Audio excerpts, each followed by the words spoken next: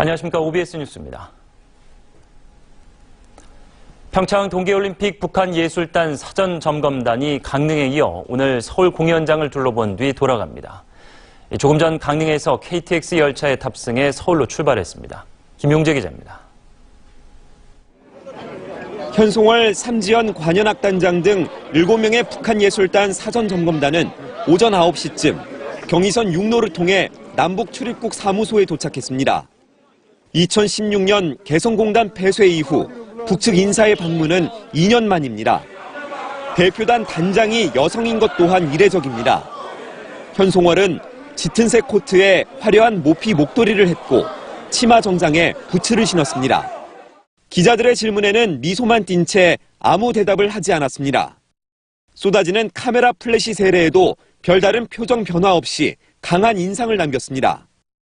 점검단은 남북 출입국 사무소에서 곧바로 서울역으로 가 KTX 열차를 이용해 강릉으로 이동했습니다. 강릉에서는 1000명을 수용할 수 있는 강릉 아트센터 등을 둘러봤습니다. 강릉에서 하루를 묵은 점검단은 오늘 서울 공연장을 둘러본 뒤 다시 경의선 육로를 통해 북측으로 되돌아갈 예정입니다.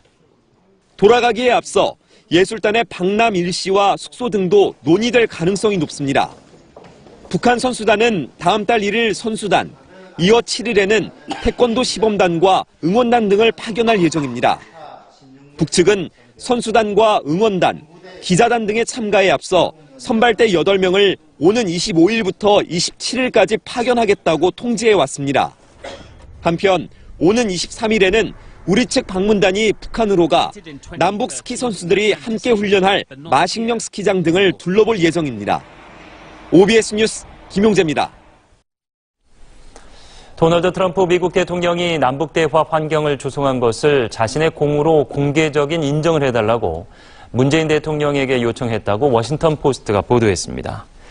애나 파이필드 워싱턴 포스트 도쿄 지국장은 서울발 기사에서 트럼프 대통령이 지난 4일 문 대통령과의 통화에서 이런 발언을 했다고 전했습니다.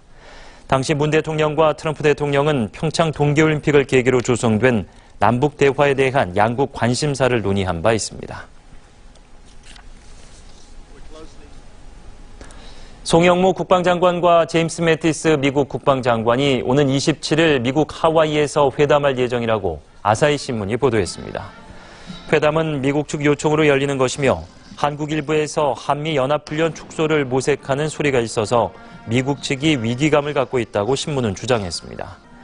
이어 회담에서는 연기한 한미연합훈련을 평창 동계올림픽과 패럴림픽이 끝나는 3월 18일 이후 신속하게 실시하기로 확인할 것이라고 전망했습니다. 더불어민주당과 정부는 오늘 당정회의를 열고 국민생명 지키기 3대 프로젝트 추진 계획을 협의했습니다. 홍준표 자유한국당 대표와 이정미 정의당 대표는 신년 기자회견을 열어 전국 현안에 대한 입장을 밝힐 예정입니다. 최진만 기자입니다. 더불어민주당과 정부는 오늘 오전 국회의원회관에서 당정회의를 열어 국민생명지키기 3대 프로젝트 추진 계획을 마련했습니다.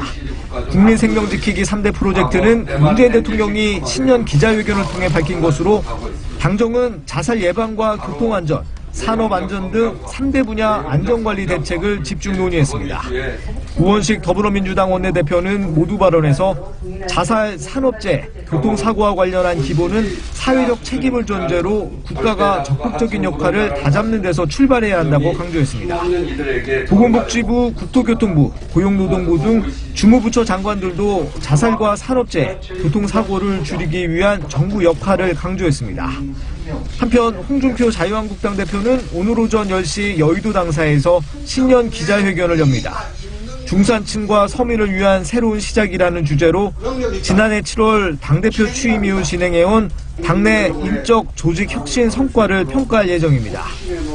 이와 함께 홍 대표는 전국 순회 권역별 신년 인사회 차원에서 지난 2주간 전국을 돌며 수렴한 여론을 바탕으로 지방선거 필승 전략도 밝힐 것으로 보입니다. 또 이정미 정의당 대표도 국회에서 신년 기자회견을 갖고 지방선거와 개헌 등 전국 현안에 대한 입장을 밝힐 예정입니다. OBS 뉴스 최진만입니다. 법원 행정처가 특정 성향의 판사들을 뒷조사했다는 이른바 사법부 블랙리스트 의혹의 추가 조사 결과가 오늘 발표됩니다. 추가조사위원회는 오늘 오전 11시 반 조사 결과를 법원 내부 게시판과 기자단에 공지할 예정이라고 밝혔습니다. 위원회는 지난해 11월부터 법원 행정처 컴퓨터에 뒷조사 파일이 존재하는지 여부 등에 대해 조사를 해왔습니다. 양승태 전 대법원장 당시 사법부 블랙리스트 의혹은 실체가 없다는 조사 결과가 나왔지만 일선 판사들의 추가 조사 요구가 이어졌고 김명수 대법원장은 취임 뒤 추가 조사를 결정했습니다.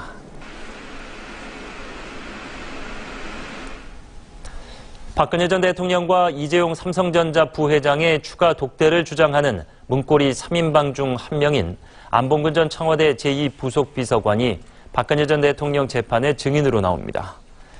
서울중앙지방법원 형사합의 22부는 오늘 오전 열리는 박 전 대통령 속행 공판에 안 전 비서관을 증인으로 소환해 증언을 듣습니다.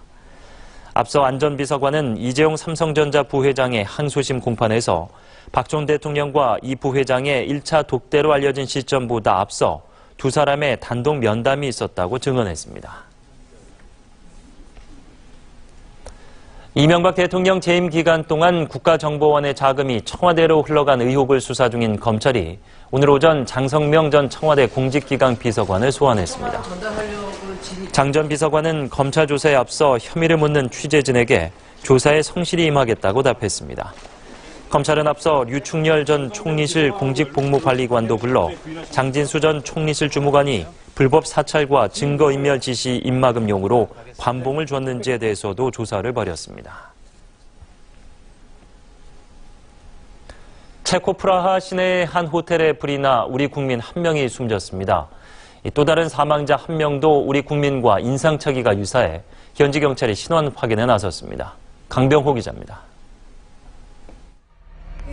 체코 프라하의 국립극장 인근 한 호텔에서 불이 난 건 현지 시간 20일 오후 6시쯤. 이 불로 현재까지 4명이 숨졌습니다. Ředitel pražské záchranky v tuto chvíli potvrdil 2 mrtvé osoby. Na dalších osobách zdravotnická záchranná služba pracuje. 2명은 화재 현장에서, 다른 여성 2명은 병원 치료를 받다가 21일 숨졌습니다. 신원이 확인된 사망자는 현장에서 숨진 한국인 1명과 22살의 독일 남성입니다. 현지 경찰은 병원에서 숨진 나머지 2명의 신원을 확인 중에 있습니다. 또 프랑스인 등 4명이 병원 치료를 받고 있는 것으로 알려졌습니다.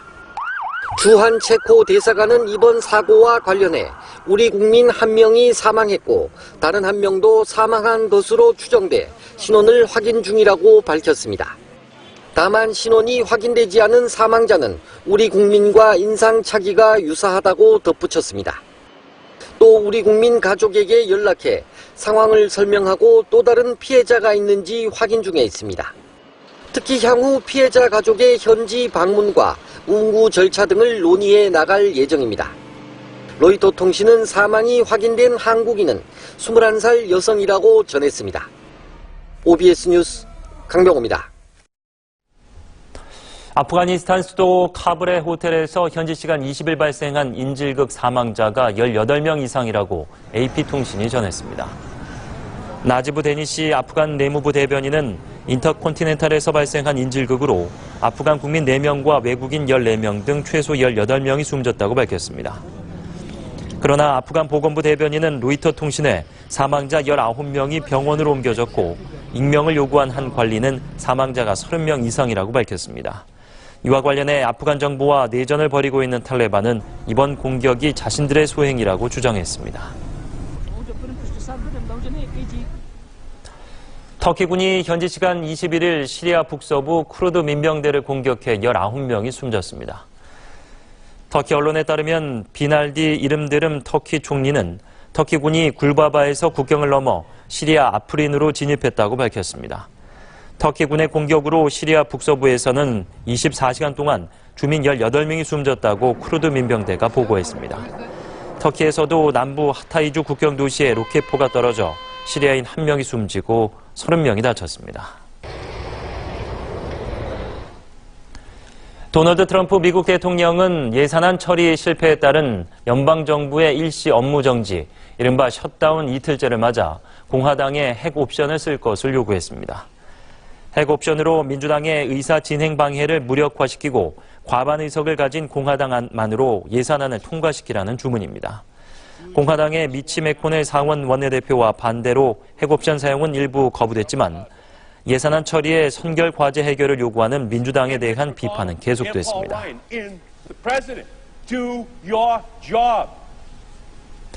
박원순 서울시장이 미세먼지 대책으로 강제 차량 2부제를 추진하는 방안을 발표했습니다. 대중교통비 지원 정책의 실효성 논란에 대해서는 늑장보다 과잉 대응이 낫다며 일축했습니다. 김창문 기자입니다. 박원순 시장은 대중교통 무료 정책이 차량 의무 2부제로 가는 마중물이라며 지원 정책을 계속하겠다고 밝혔습니다. 실효성이 떨어지는 포퓰리즘 정책이란 비판에 대해선 논쟁보다 행동이 필요하고 늑장 대응보다 과잉 대응이 낫다고 반박했습니다. 우리는 당장 할 수 있는 모든 것들을 실천해야 합니다. 서울은 언제나 사람이 먼저인 도시입니다. 한 발 더 나가 민간까지 포함하는 차량 강제 2부제를 추진하겠다는 뜻도 밝혔습니다.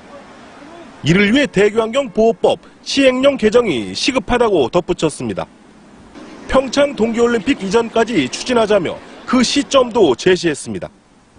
이 같은 제안의 배경에는 현재 미세먼지 대책이 실효성이 떨어진다는 분석이 있습니다.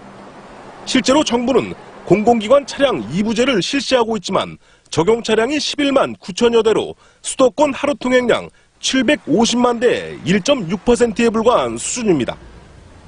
2002년 월드컵 당시 2부제를 실시해 교통량을 19% 줄였고 미세먼지 농도는 21% 감축되는 효과를 본 것과 대조를 이룹니다. 박 시장은 2부제 이외에 후속 대책도 마련했습니다. 자동차를 7등급으로 구분해 친환경 자동차에는 인센티브를 대폭 확대하고 공해 유발 차량은 단속과 규제를 강화하는 내용입니다. 2022년까지 전기차 보급을 위해 2조 원을 투자하고 을지로와 퇴계로 등 주요 간선도로를 재편할 방침입니다. 특히 4대 문안 녹색교통진흥지역은 차로를 좁히고 대신 버스 전용차로와 자전거 전용도로 보도를 확대할 계획입니다. OBS 뉴스 김창문입니다. 오늘 오전 3시 18분쯤 서울 종로구 창신동 쪽방촌에 위치한 한 주택에서 원인을 알 수 없는 불이 나 29분 만에 꺼졌습니다. 이 불로 인명피해는 발생하지 않았지만 주변 모텔에 투숙하던 시민 등 10명이 대피하는 소동이 벌어졌습니다. 경찰과 소방당국은 정확한 화재 원인과 재산 피해를 조사하고 있습니다. 인천시는 설 연휴를 앞두고 다음 달 9일까지 인천 지역 도축장과 축산물 가공업체, 식육 포장 처리업체 등 4,149곳을 대상으로 위생관리 점검을 실시한다고 밝혔습니다. 주요 점검 대상은 설에 유통되는 갈비 선물 세트와 햄 선물 세트, 제수용품 부적합한 계란 유통 여부 등입니다. 인천시는 단속을 통해 제품의 안전성이 의심되는 경우 해당 제품의 정밀 검사를 거쳐 폐기 조치하며 축산물 안전과 직결된 적발 사항에 대해선 영업정지와 과태료 등 행정처분을 할 방침입니다. 경기도가 일하는 청년 시리즈 참가자를 모집합니다. 일하는 청년 연금은 중소기업 근무자 중 34세 이하 월 250만 원의 급여를 대상으로 1차 3,000명을 모집합니다. 마이스터 통장은 월 200만 원 이하 청년 근로자에게 월 30만 원씩 2년간 지급되는 것으로 5,000명을 모집하게 됩니다. 청년 복지 포인트는 100명 미만 중소기업 근무자 중 250만 원 이하 청년들을 대상으로 최대 120만 원 상당의 복지 포인트를 제공하며 3만 명을 모집합니다. 경기도 수원시는 떼까마귀의 이동 경로, 머무는 장소 등 떼까마귀 생태를 분석할 수 있는 자료를 확보하기 위해 시민들에게 떼까마귀 사진을 제보받습니다. 이 제보는 오늘부터 다음 달 4일까지 수원시 대표 페이스북에서 할 수 있습니다. 수원시와 오산, 용인, 화성시 등에 나타난 떼까마귀의 사진을 직접 찍어 수원시 대표 페이스북에 장소 설명과 함께 댓글로 등록하면 추첨을 거쳐 커피, 치킨 상품권 등을 선물합니다.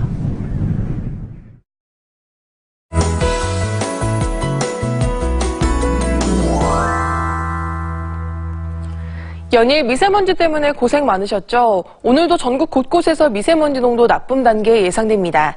다행히 오후부터는 차츰 해소가 되겠는데요. 이번에도 역시 추위 덕분입니다. 오늘 밤새 기온이 크게 떨어져서요. 내일 서울의 아침 기온 영하 13도, 모레는 영하 16도까지 떨어지는 등 강력한 한파가 찾아오겠습니다. 건강관리 잘해주셔야겠습니다. 한편 오늘은 눈 소식도 있습니다. 오후에 수도권부터 눈이 시작돼서 점차 전국으로 확대되겠습니다. 강원도에는 최대 8cm의 눈이 예상돼서 대설 예비특보까지 내려졌고요. 서울 등 수도권 지역에는 2에서 5cm의 눈이 내리겠습니다. 이어서 지역별 날씨 보시겠습니다. 오늘 서해 5도 지역으로는 바람이 강하게 불겠습니다. 낮 기온도 영하 2도에 머물면서 춥겠습니다. 경기 북부 지역의 낮 기온 3도 안팎으로 예상되고요. 경기 동부 지역 이천 4도, 여주 3도로 예상됩니다. 경기 남부 지역의 낮 기온 수원 5도 등으로 평년 기온을 웃돌겠습니다. 내일 시작되는 한파는 주말까지 길게 이어지겠습니다. 날씨였습니다. 이상으로 OBS 뉴스를 마칩니다. 시청해주신 여러분 고맙습니다.